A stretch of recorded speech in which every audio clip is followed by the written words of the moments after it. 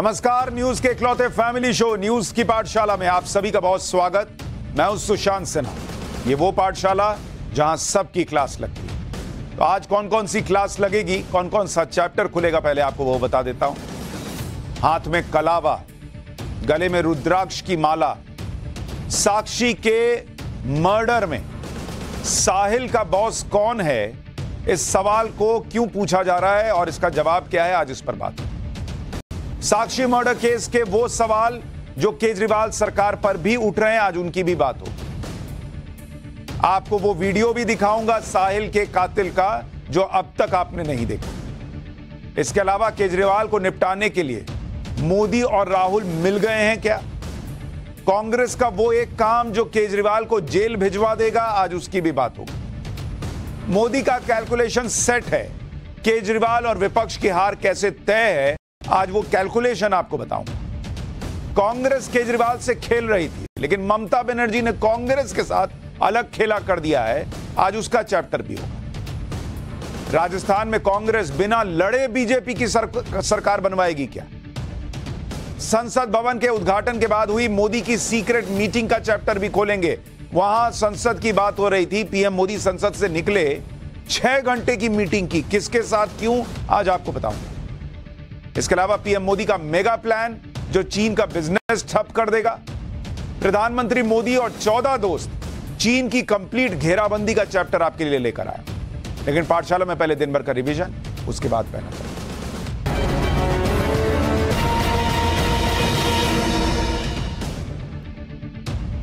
प्रधानमंत्री नरेंद्र मोदी ने आज नॉर्थ ईस्ट को पहली वंदे भारत एक्सप्रेस ट्रेन की सौगात दे दी। पीएम ने वीडियो कॉन्फ्रेंसिंग के जरिए ट्रेन को हरी झंडी दिखाई।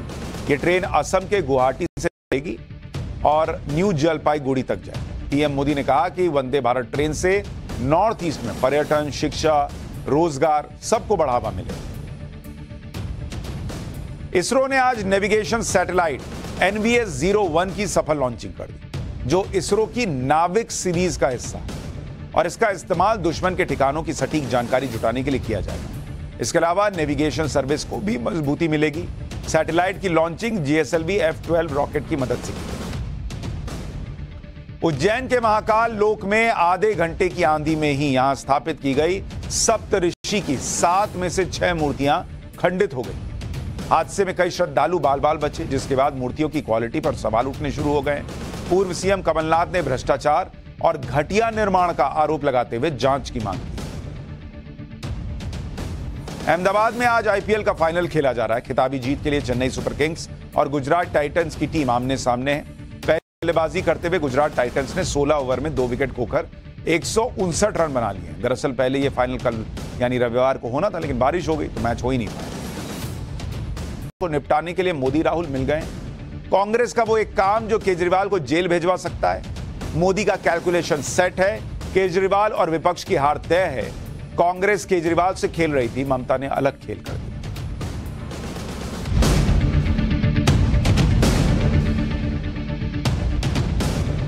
दिल्ली में फिर से पावर पाने के लिए हफ्ते भर से अरविंद केजरीवाल कोलकाता से लेकर मुंबई और हैदराबाद हर जगह घूम रहे हैं।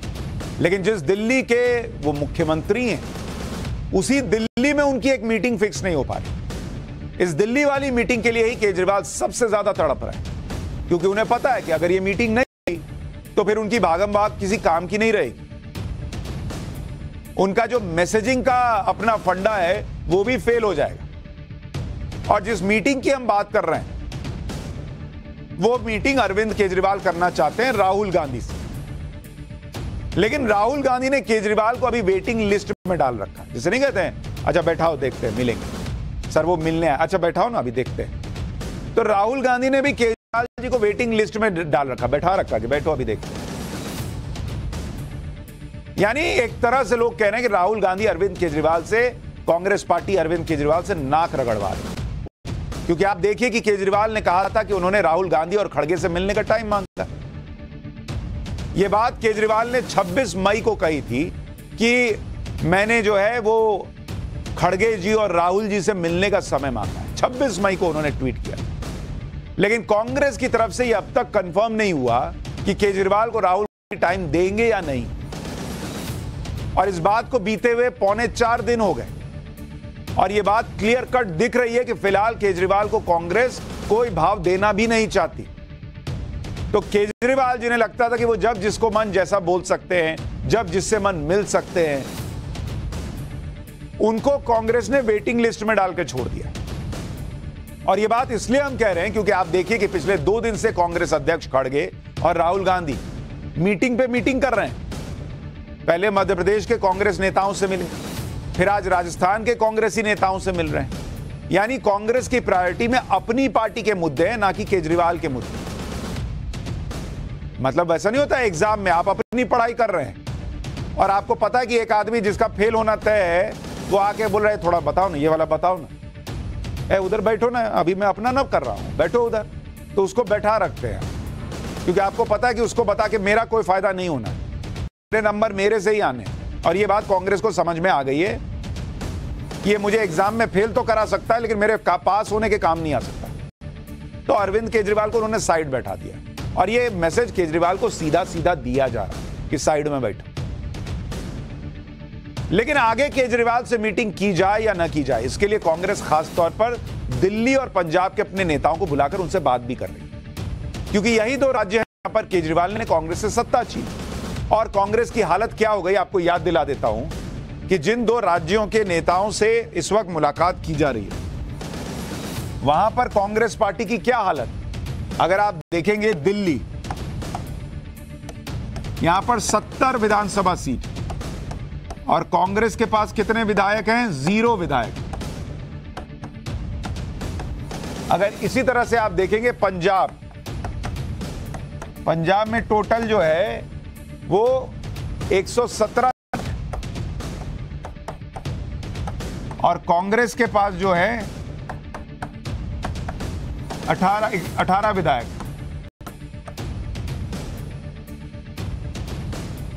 तो ये इस वक्त हालत हो रखी है और इसी वजह से दिल्ली और पंजाब के नेता भी अड़ गए कि केजरीवाल को कोई भाव नहीं देना चाहिए। आज दिल्ली और पंजाब कांग्रेस के नेता कांग्रेस अध्यक्ष मल्लिकार्जुन खड़गे और राहुल गांधी से मिले। सूत्रों के मुताबिक बैठक में ज्यादातर नेताओं ने अरविंद केजरीवाल का विरोध ही किया। दिल्ली कांग्रेस के नेताओं ने साफ कह दिया कि केजरीवाल से एक हाथ दूर रहिए भैया, ना तो इनका समर्थन कीजिए और अगर कुछ नहीं कहना अभी तो चुप्पी साध लीजिए। दिल्ली और पंजाब दोनों के कांग्रेस नेताओं ने सीधी बात कह दी कि ना तो कोई सपोर्ट कीजिए, ना गठबंधन के बारे में सोचिए और ना ऑर्डिनेंस जिसके लिए दौड़ रहे हैं कि भाई केंद्र सरकार ऑर्डिनेंस लाई, दिल्ली में पावर छीन ली, इसको बिल के तौर पे लाए तो राज्यसभा में मिलकर गिरा दें। तो कांग्रेस के नेता कह रहे हैं कि वहां भी साथ मत दीजिए इस आदमी का। राहुल गांधी और मल्लिकार्जुन खड़गे से मिलने के बाद नवजोत सिंह सिद्धू क्या कह रहे थे, एक बार सुनवा देता हूं।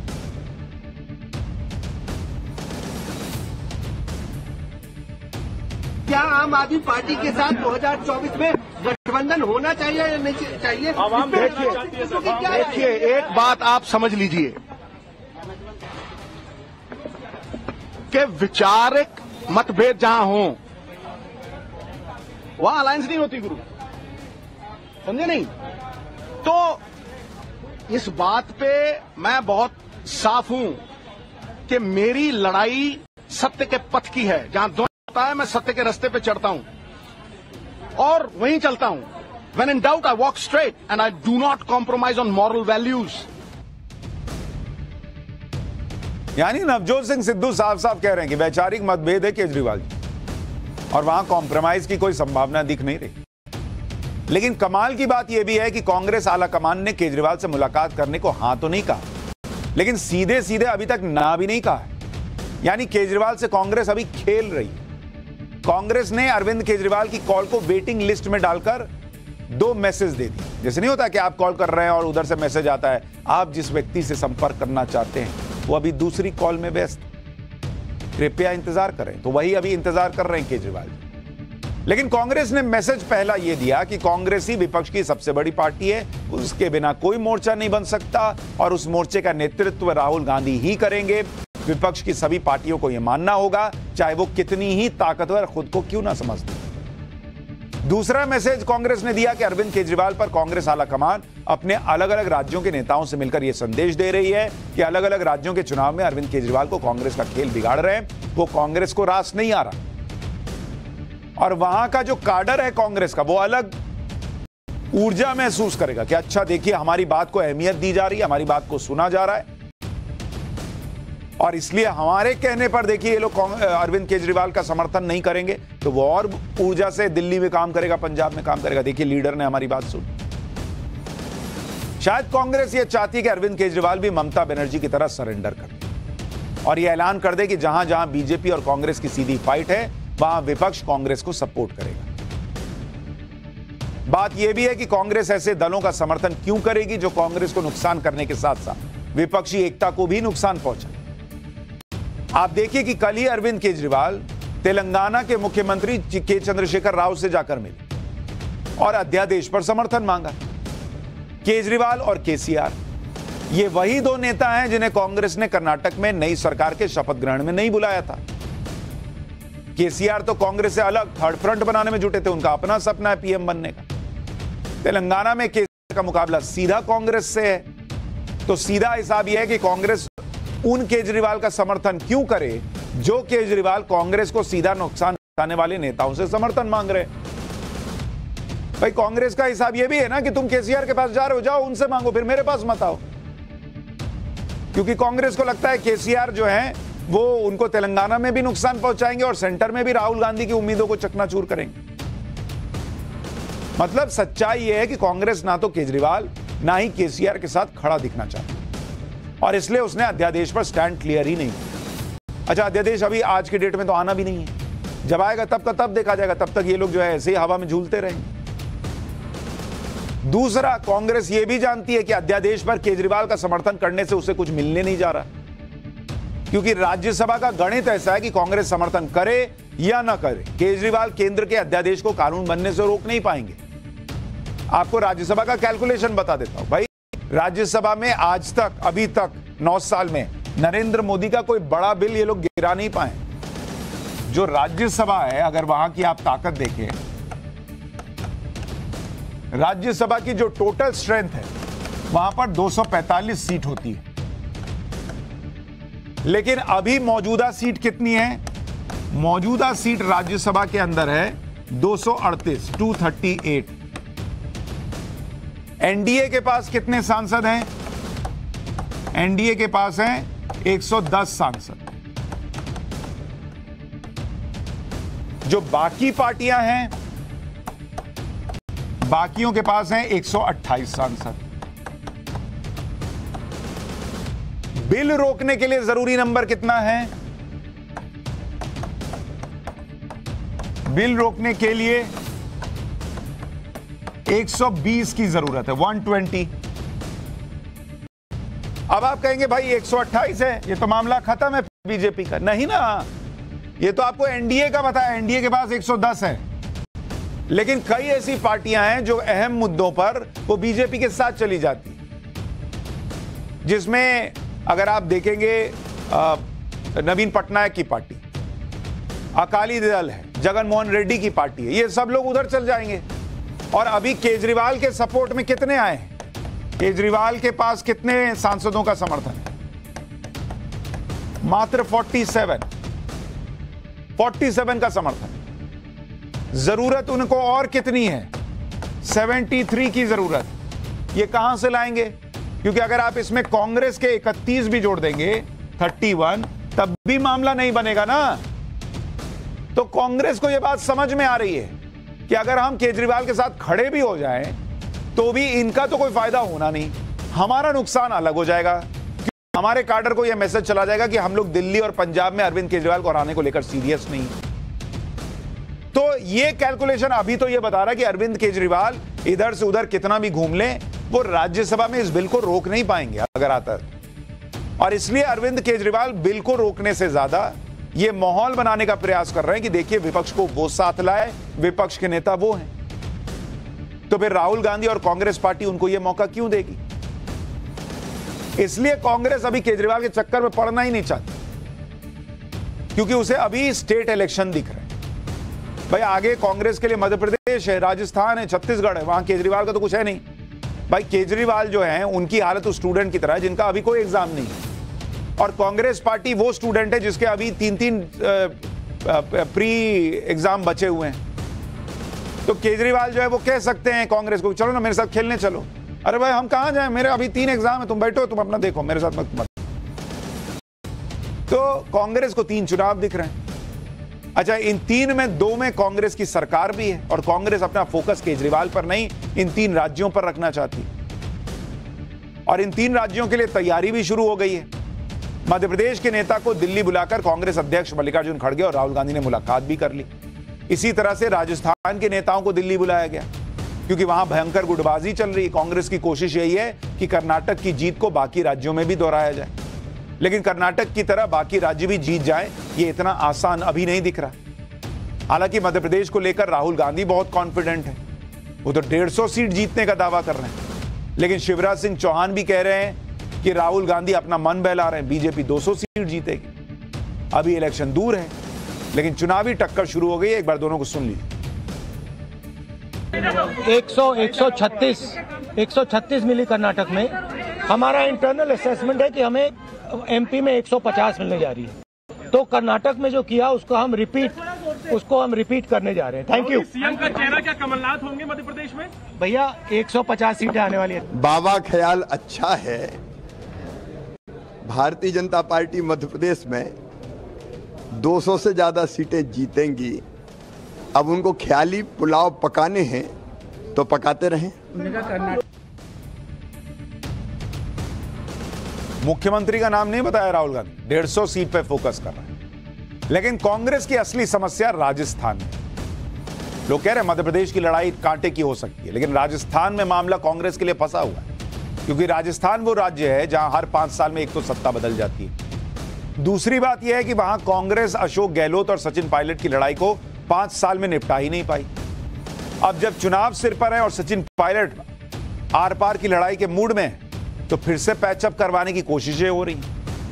अशोक गहलोत और सचिन पायलट दोनों नेताओं को दिल्ली बुलाया गया कि किसी तरह से दोनों के बीच सुलह का कोई फॉर्मूला निकल जाए। मीटिंग ऐसे वक्त में हो रही है जब सचिन पायलट ने अपनी ही सरकार को अल्टीमेटम दिया हुआ है कि अगर उनकी मांग नहीं मानी गई तो वो पूरे राज्य में आंदोलन छेड़ देंगे। अशोक गहलोत भी सचिन पायलट से किसी तरह की सुलह के मूड में नजर नहीं आ रहे। दिल्ली में मल्लिकार्जुन खड़गे से मुलाकात से पहले ही अशोक गहलोत ने कह दिया कि पार्टी आलाकमान बहुत सख्त है और पार्टी में ऐसा कोई कल्चर नहीं है कि किसी नेता या कार्यकर्ता को ऑफर देकर मना लिया जाए। तो वो तो मूड में लग भी नहीं रहे सरेंडर करने के और पैचअप करने की। एक बार सुनिए उनको। जिंदगी में सुने नहीं कभी भी कि कोई भी नेता कोई चीज मांगे कि मुझे मिल जाए या हाईकमांड उनको ऑफर करेगा आप कौन सा पद लोगे, ऐसा रिवाज कांग्रेस मैंने तो जिंदगी में कभी देखा नहीं है। जितने आपके मीडिया वाले जो प्रचार करते रहते हैं, स्टोरी बनाते रहते हैं या लोग बनवाते रहते होंगे, उसमें कोई दम नहीं होता है। हाईकमांड इतनी मजबूत आज भी है, कांग्रेस पार्टी इतनी मजबूत है कि ऐसी स्थिति नहीं आई कि आप किसी को मनाने के लिए ऑफर करो, आप कौन सा पद स्वीकार करोगे। ऐसा आज तक ऐसे कभी हुआ नहीं जिंदगी में, ना कभी होगा। मतलब उधर पैचअप की कोशिश हो रही है और इसे इधर अशोक गहलोत जो है वो और माचिस मार रहे हैं। मतलब वो सुलझा ही ना रहे हैं भाई सचिन पायलट को। वो कह रहे हैं कि ऐसा किसी को मनाते नाते नहीं है हम लोग, इतना कोई इंपॉर्टेंट नहीं हो गया पार्टी, ना हमारे यहाँ ये कल्चर है। इधर दिल्ली में सुलह का फॉर्मूला निकाला जा रहा था, तो उधर आप देखिए कि राजस्थान में गहलोत समर्थक और पायलट समर्थक नेताओं के बीच भिड़ंत हो गई। राजस्थान के सीकर जिले में एक बैठक चल रही थी। इसी बैठक में कांग्रेस के प्रदेश अध्यक्ष, जो राजस्थान कांग्रेस के प्रदेश अध्यक्ष हैं गोविंद सिंह डोटासरा और सीनियर विधायक राजेंद्र पारिक आपस में भिड़ गए। इसमें एक नेता गहलोत समर्थक हैं और एक नेता पायलट समर्थक। दोनों नेता भरी मीटिंग में एक दूसरे को खरी खोटी सुनाने लग गए। मीटिंग में मौजूद एक मंत्री ने किसी तरह दोनों को शांत करवाया। एक बार सुनिए क्या हालात हो। मैं सीकर हूँ, मैं हूँ, कुछ नहीं हो, एक नेता हो जैसे हम भी हैं, अपने सीमा में रहो, आप सीमा में रहो, सीमा में रहो। ठेका नहीं लिया सीकर का कि ये बनेगा ये नहीं बनेगा, ये ठेका नहीं लिया आपने, तो करे यार क्या बात कर रहे हैं आप? इतने सीनियर होकर के सीनियर हम अधिकारी काम नहीं हो रहा है और ये जबरदस्ती पार्टी बन गई। एक साथ मीटिंग मत बुलाइए आप ऐसे लोगों आपको सीखने की बात नहीं, आप मुझे ना कहो। आपकी मेहरबानी से नहीं है मीटिंग में, कोई नहीं, आपकी मेहरबानी से कोई नहीं है, नहीं है आपको। आप इतने सीनियर होकर मीटिंग होती है, बातें नहीं होंगी, नगर परिषद की बात हो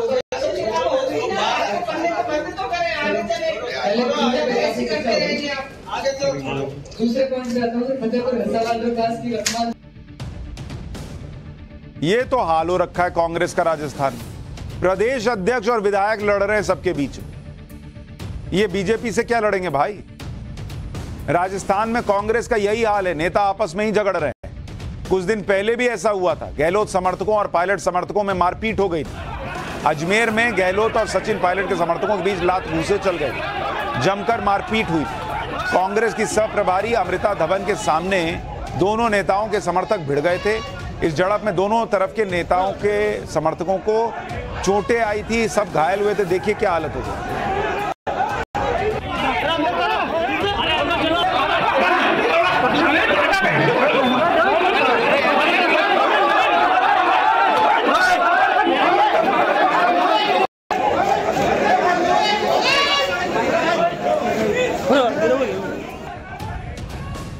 एक तो कांग्रेस आपसी गुटबाजी से परेशान है, दूसरी तरफ जो विपक्षी पार्टियां उसके साथ खड़े रहने की बात करती हैं, वही पार्टियां कांग्रेस के विधायकों को अपने पाले में कर रही हैं। आप बंगाल का उदाहरण देखिए और समझिए विपक्षी एकता का हाल। ममता बनर्जी ने कांग्रेस का एकमात्र विधायक जो बंगाल में था वो भी कांग्रेस से छीन लिया।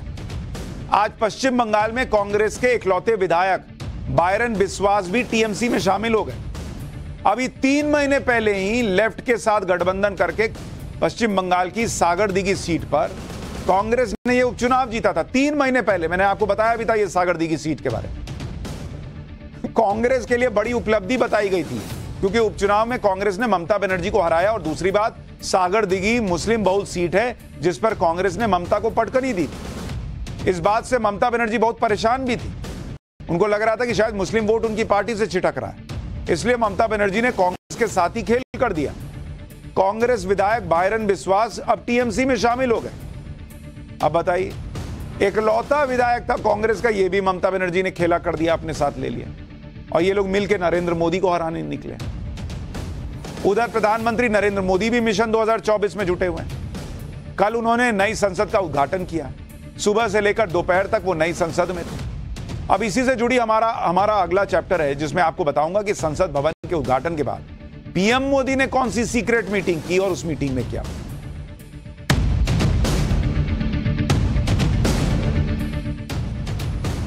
विपक्ष कैसे बिखरा हुआ है वो तो आपको दिख रहा है, लेकिन प्रधानमंत्री नरेंद्र मोदी कैसे पार्टी को एकजुट कर रहे हैं वो भी आपको दिख रहा है। संसद भवन का उद्घाटन हुआ, ये कल सबने देखा, लेकिन इसके तुरंत बाद बीजेपी मुख्यालय जाकर प्रधानमंत्री मोदी ने बीजेपी शासित राज्यों के मुख्यमंत्री और उप मुख्यमंत्रियों के साथ एक मीटिंग की। इसमें यूपी के सीएम योगी आदित्यनाथ से लेकर हेमंत बिश्व शर्मा और देवेंद्र फडणवीस तक बीजेपी के सभी मुख्यमंत्री और उप मुख्यमंत्री शामिल थे। बीजेपी अध्यक्ष जेपी नड्डा भी थे और गृह मंत्री अमित शाह भी।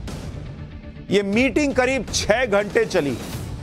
6 घंटे तक मीटिंग चलने का मतलब यही है कि गंभीर मंथन हुआ। 6 घंटे मीटिंग थोड़ी चलती है।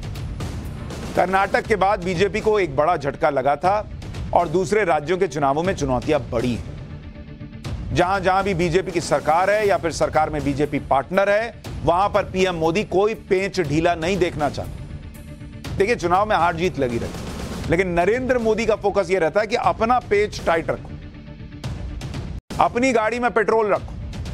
भले दूसरा वाला 4th गियर में आगे भाग जाए, ठीक है, लेकिन अपनी गाड़ी में हवा टायर में ठीक रहनी चाहिए, पेट्रोल पूरा भरा रहना चाहिए, गाड़ी की सर्विसिंग हुई रहनी चाहिए।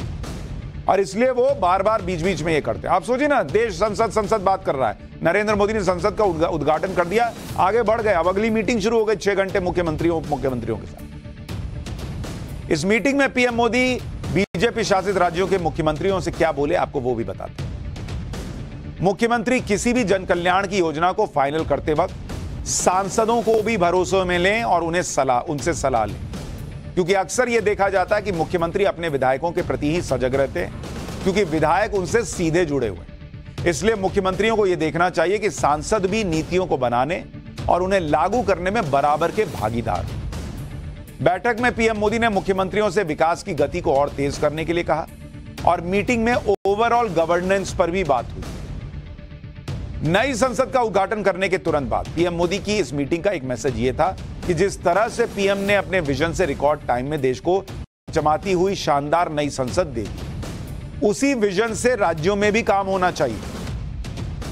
भाई, नई संसद की तस्वीरें आप सभी ने देखी, कल का कार्यक्रम भी आपने देखा होगा, जिसमें जिसने भी तस्वीरें देखी वो नई संसद के भव्य रूप को देखकर उसे देखता ही रह गया। पीएम ने नई संसद के उद्घाटन पर क्या कहा था, एक बार वो बात सुनिएगा तो आपको 2024 का कुछ मामला और समझ में आएगा। भारत के लोगों ने अपने लोकतंत्र को संसद के इस नए भवन का उपहार दिया है। इस भवन में विरासत भी है, वास्तु भी है, इसमें कला भी है, कौशल भी है, इसमें संस्कृति भी है और संविधान के स्वर भी है। राज्यसभा का आंतरिक हिस्सा राष्ट्रीय फूल कमल पर आधारित है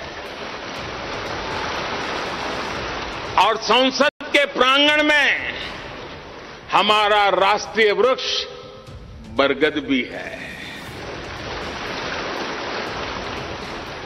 हमारे देश के अलग अलग हिस्सों की जो विविधता है, इस नए भवन ने उन सबको समाहित किया है। नई संसद के उद्घाटन से पीएम मोदी ने विपक्ष का कुनबा भी छोटा कर दिया। वो पार्टियां भी उद्घाटन में शामिल हो गईं जो बीजेपी के गठबंधन एनडीए का हिस्सा नहीं थी। इसलिए पीएम मोदी ने बीजेपी के मुख्यमंत्रियों के साथ मीटिंग में एक खास मैसेज भी दिया कि एनडीए के गठन को 25 साल होने वाले हैं और इस मौके पर सहयोगी दलों के साथ मिलकर जश्न मनाना चाहिए, क्योंकि कोई गठबंधन इतने लंबे समय तक नहीं चला। प्रधानमंत्री मोदी ने कहा कि इस तरह के भ्रम को दूर करने वाले कदम उठाने चाहिए कि बीजेपी क्षेत्रीय दलों के साथ कंफर्टेबल नहीं। आप यह भी देखिए कि नई संसद के उद्घाटन का बॉयकॉट करके विपक्षी एकता को दिखाने के लिए विपक्ष ने जितनी पार्टियां इकट्ठी की, पीएम मोदी ने उससे ज्यादा पार्टियां इकट्ठा कर दी जो नई संसद के उद्घाटन में शामिल हुई। भाई, 19 पार्टियां बहिष्कार कर रही थी, समर्थन में 25 पार्टियां ले आए नरेंद्र मोदी। इनमें कई पार्टियां तो ऐसी हैं जो एनडीए में नहीं हैं, फिर भी पीएम मोदी को नई संसद पर समर्थन दे दिया। अगर आप नई संसद भवन के उद्घाटन की तस्वीरों को गौर से देखेंगे तो आपको समझ आएगा कि पीएम मोदी कैसे गठबंधन के नेताओं को सम्मान देते हैं। उन नेताओं को सम्मान देते हैं जो अक्सर मुश्किल वक्त में बीजेपी का साथ देते हैं। ये नई संसद के उद्घाटन के वक्त की कुछ तस्वीरें आपको दिखा रहा हूं। नई लोकसभा में जब नरेंद्र मोदी आए तो वहां मोदी मोदी के नारे लग गए। नरेंद्र मोदी हाथ जोड़े हुए आगे बढ़ते चले गए। फिर पीएम मोदी सबसे आगे बैठे हुए पूर्व राष्ट्रपति रामनाथ कोविंद से हाथ मिलाते हुए दिखे और उनके ठीक बगल में जेडीएस के चीफ और पूर्व प्रधानमंत्री एचडी देवेगौड़ा मौजूद थे। देखिए, पीएम मोदी ने आगे बढ़कर उनसे भी हाथ मिलाया, उन्हें सम्मान दिया। इसी तरह वाईएसआर कांग्रेस के अध्यक्ष जगन मोहन रेड्डी, उन्हें भी फ्रंट रो में जगह दी। वो निर्मला सीतारमण के साथ बैठे हुए नजर आए। बीजेपी ने महाराष्ट्र में अपने सहयोगी एकनाथ शिंदे, उन्हें भी फ्रंट रो में जगह दी और वो असम के मुख्यमंत्री के साथ बैठे हुए। इसी तरह नागालैंड में गठबंधन के सीएम नेफ्यू रियो को भी फ्रंट रो में सीट मिली। यानी वो तमाम लोग जो ये सोच रहे थे कि भाई बीजेपी जो है वो साथियों को साथ लेके नहीं चल रही है तो अपना संसद भवन बना रहे हैं, उनको मैसेज दिया गया कि बीजेपी और उसके सहयोगी या उसका साथ देने वाले दल जो एनडीए में नहीं भी, उन्हें भी भरपूर सम्मान मिलता है। तो उधर विपक्ष अपनी तैयारी कर रहा है, इधर पीएम मोदी अपनी तैयारी कर रहा है। लेकिन पीएम मोदी की तैयारी सिर्फ 2024 के चुनाव को लेकर नहीं है, उनकी तैयारी इंडिया को अलग लेवल पर ले जाने की भी। पाठशाला में अब पीएम मोदी के उस मेगा प्लान का चैप्टर जो चीन का बिजनेस ठप कर दे। पीएम मोदी और 14 दोस्त कैसे मिलकर चीन की कंप्लीट घेराबंदी कर रहे हैं, जिसके बाद चीन की पैसे वाली अकड़ खत्म हो जाएगी, उसका चैप्टर दिखा।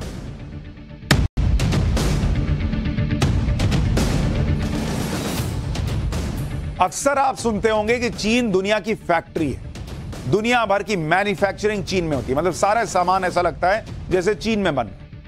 आईफोन यूज कर रहे हैं तो पीछे लिख रहा है मेड इन चाइना, कोई सामान यूज कर रहे हैं made in China. Global supply chain पूरी तरह से चीन पर निर्भर, इसलिए चीन जब चाहे अपने हिसाब से ग्लोबल सप्लाई चेन को प्रभावित कर दे, और अगर ग्लोबल सप्लाई चेन प्रभावित हुई तो पूरी दुनिया के लिए बहुत परेशानी हो जाएगी। चीन की इसी मोनोपोली को, एकाधिकार को तोड़ने में पीएम मोदी पिछले कई सालों से जुटे हुए। पिछले दिनों पीएम मोदी ने जब जापान का दौरा किया तो सबको लगा कि वो सिर्फ G7 देशों की बैठक में शामिल होने पहुंचे, लेकिन इस दौरे में पीएम मोदी ने चीन की अकड़ और उसके व्यापार को ठप करने का ऐसा रोडमैप तैयार किया जिसकी वजह से 14 देश चीन को घेरने के लिए मेगा डील करने के लिए तैयार हो। 14 देश। और इसके लिए पिछले दिनों अमेरिका के मिशिगन में IPEF, ये ध्यान रखिए शब्द जिसका जिक्र कर रहा हूं, IPEF, जिसका मतलब होता है इंडो पैसिफिक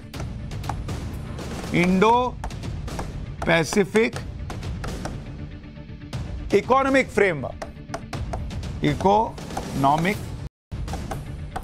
फ्रेमवर्क, ये जो है IPEF, इसके सदस्य देशों की बैठक।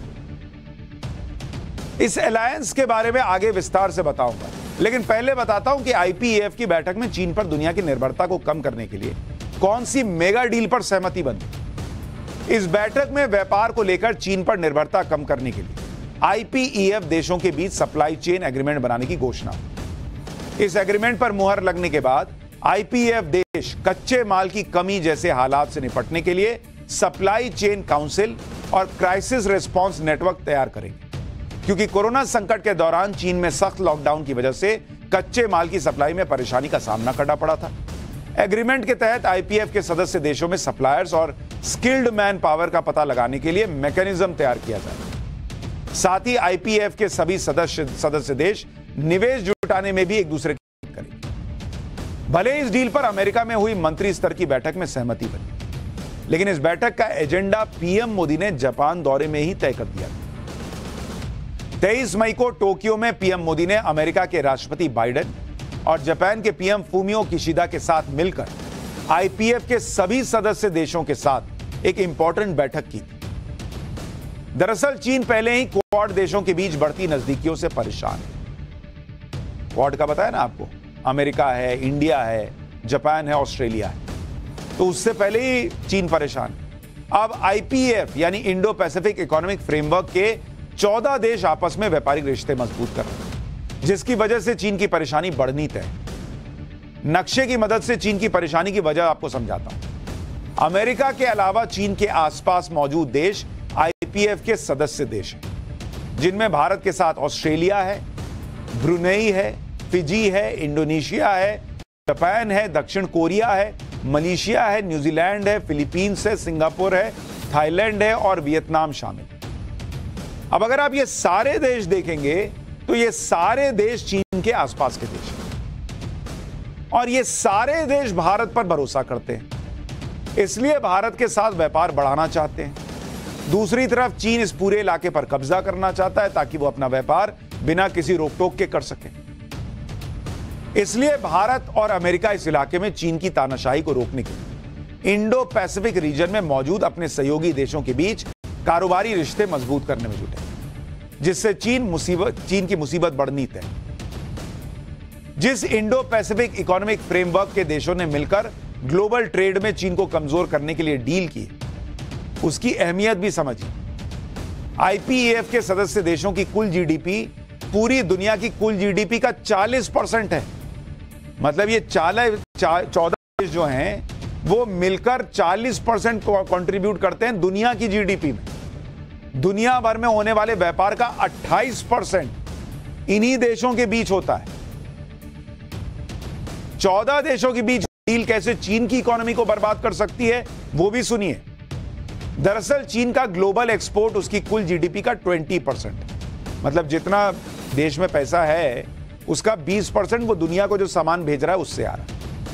मतलब 100 रुपया कमा रहा है तो 20 रुपया बाहर जो सामान भेज रहा है उससे आता है। ऐसे में अगर उसके IPEF के एग्रीमेंट की वजह से चीन के एक्सपोर्ट पर मार पड़ी तो चीन की इकोनॉमी की हालत बहुत खराब हो जाएगी, क्योंकि चीन पहले से ही परेशान है, उसकी आर्थिक हालत पहले से ही बिगड़ी हुई है। विदेशी कंपनियां चीन में निवेश करने से कतरा रही हैं। एक सर्वे के मुताबिक चीन में निवेश को लेकर पिछले 12 साल में विदेशी कंपनियों का भरोसा 22% गिर गया है। मतलब कंपनियां चीन पे भरोसा नहीं कर रही। पिछले 5 साल में 100 से ज्यादा कंपनियां चीन छोड़कर जा चुकी हैं। चीन में 16 से 24 साल की उम्र के युवाओं की बेरोजगारी दर 20% के करीब पहुंच चुकी है। चीन का जो डेट रेशियो है, मतलब जो कर्ज ले रखा है, कुल GDP का 3 गुना हो चुका है। मतलब 100 रुपया कमा रहा है तो 300 रुपया का कर्ज है उस पर। युवाओं को रोजगार नहीं दे पा रहा, कंपनियां छोड़कर जा रही हैं। ऐसे में नरेंद्र मोदी ने यह प्लान बना लिया कि ये 14 लोग मिलकर इसको और डेंट कर दो 14 देश में। अब बताइए चीन की हालत क्या होगी। चीन को घेरने के लिए 14 देशों को मिलकर डील करने की जरूरत क्यों पड़ी। आप देखिए जो ग्लोबल एक्सपोर्ट है दुनिया का, निर्यात देखिए, उसमें चीन का शेयर जो है वो 1978 में मात्र 0.8%। मतलब दुनिया में अगर 100 सामान जो है वो अलग अलग देशों से इधर उधर हो रहा था तो एक सामान भी 0.8 है ना भाई, एक सामान भी लगभग, या मान लीजिए एक सामान चीन से होता था निर्यात। 1978 तक चीन ग्लोबल एक्सपोर्ट के मामले में पिछड़े और छोटे देशों की कैटेगरी में आता था। लेकिन 2020 आते आते चीन ने खुद को कहां पहुंचा लिया पता है? करीब 14.7%। यानी अगर 100 सामान एक्सपोर्ट होता है दुनिया में तो उसमें से 15 सामान चीन का बना हुआ होता, और वो एक्सपोर्ट में नंबर 1 हो गया था। अब जाकर प्रधानमंत्री मोदी ने अपने दोस्तों के साथ मिलकर वो प्लान बनाया है जिससे ग्लोबल एक्सपोर्ट में चीन की तेजी से बढ़ती हिस्सेदारी पर नकेल लग पाई। 2020 में गलवान घाटी में हुई हिंसक झड़प के बाद से ही दुनिया में पीएम मोदी ने अकेले दम चीन पर नकेल कसना शुरू किया। चीन के प्रोडक्ट्स के इंपोर्ट पर अलग अलग तरीके से रोक लगनी शुरू हुई, जिसके बाद नियमों में बदलाव किए गए।